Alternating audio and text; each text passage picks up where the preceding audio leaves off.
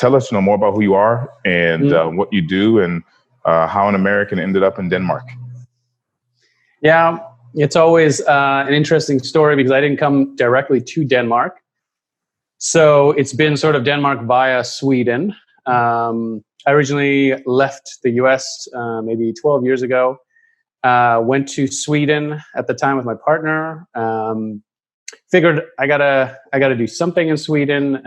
So I quickly went into school, did a bachelor's in international relations, and then I went up to Uppsala to do a master's in business, which was a bit of a change. So I got into business because I wanted to do things in the world rather than just study the world kind of as academics did. And in my head, that was business. In my head, it was like business people, they run the world, they do everything. So I'm going to be like one of them. And maybe that's the Californian and the influence of like this whole Silicon Valley, Oh yeah, you're such a dreamer, right? That's the exactly. It's like, and in many ways, it could not be anything like it was pretty far from what I thought, because I had a lot of big ideas about entrepreneurship and kind of creating new ideas and implementing, and certainly all that is very, very true. But that wasn't necessarily what kind of like the core of business school was about. Gotcha. So I didn't really know what to do. I got my degree and I was trying to figure out what to do. And a lot of graduates, they fall into consulting as it's a good first job. It's the kind of thing where you get a lot of exposure. You don't know exactly what you want, and it's a good path to kind of figure out, get a good skill set, and figure out what you want to do. Cool. So it's interesting because in my head I was like, okay, this is a good way to get my feet wet and really learn about the business world. So I went into consulting, and I got a job in Stockholm, and that was working with kind of developing organizations, helping them execute strategies. And so a lot of that would be kind of working with leaders, running seminars, that sort of thing, right? Helping change management, and also kind of like executing kind of critical strategic initiatives, things like that. Right. So that's a clear kind of tie-in, isn't it? That's like really a clear tie-in to, into what you're doing now. So at least, because sometimes people say, I had no idea. I lucked into it. I just, I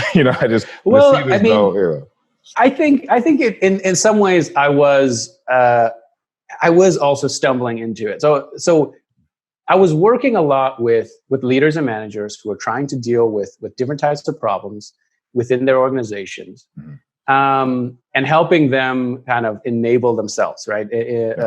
What can I do to actually be more effective in my organization, for my team to be more effective, for my organization to be more effective?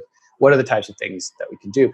And I think that was really interesting to me. And I was really passionate about working with these people who, there's no better feeling than somebody coming to you and saying like, hey, because of what you helped me do, we are more effective. Like, we are doing a better job. We are really on top of problems that we couldn't get ourselves around, 6 months ago, or whatever it is,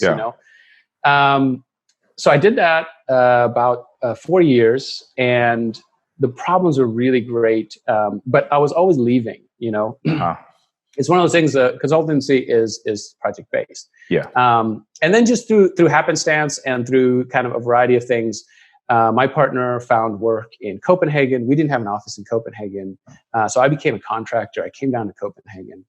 But around the same time, I had started really spending a lot of time around the startup communities, hanging out in these like meetups and just listening to people talk. And I was like, man, this is just really cool. And I don't know how, but it would be really great to work with these people, because these were also small teams, leaders, innovators, thinkers, who were trying to grapple with problems and didn't know exactly how to do them. And there were a different set of problems. They weren't the types of problems that management would have in a big, organization. But they were dealing with problems that I thought were really cool, because some of them were just crazy problems. How can we just change all of our energy, problems? How can we problems to have, right? Exactly. But I was also like, that's incredible. And some of them were very big but simple. Like, what do we do with the waste in our city? How can we, reuse that in the most optimal way, food waste or things like that, or whatever it is. Gotcha. So, and I just love the way they talked about it. You know, they're just so much more passionate. They're just so much more interested, and they're just willing to like put years of their life and effort into these incredible projects, which I thought, started to remind me of why I'd gone to business school. Yeah. You know, yeah. I was like, it's because of people like this. Mm-hmm. And if I can be a part of whatever these people do, I think I would really be interested in that. You know, and I got to do that a little bit in my work consulting, but much less often, because usually you work with big enterprises, very established. You know, so I started to poke around also in Copenhagen. I found this group, this NGO called Danish Startup Group, and they were focusing on early stage entrepreneurs in particular, where they felt like there isn't a lot of support for you when you're early on. There's a lot of incubators, a lot of accelerators, there's a lot of venture capitals that actually give you very good support once you have market traction and you're really kind of ready to scale, or really, if it's a complicated product, you're ready to put in some money, but you know what that blueprint is, you know what that product at least roughly should look like, and you got a good team working, that sort of thing. There's really some good resources for you.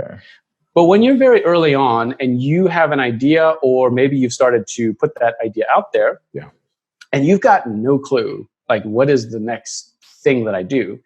You kind of bumble along until you either find some people who know what to do, or you figure it out. And then you're like, oh, wow, I've actually got a customer segment here. I've really got something that I think could work if I could just make it fit.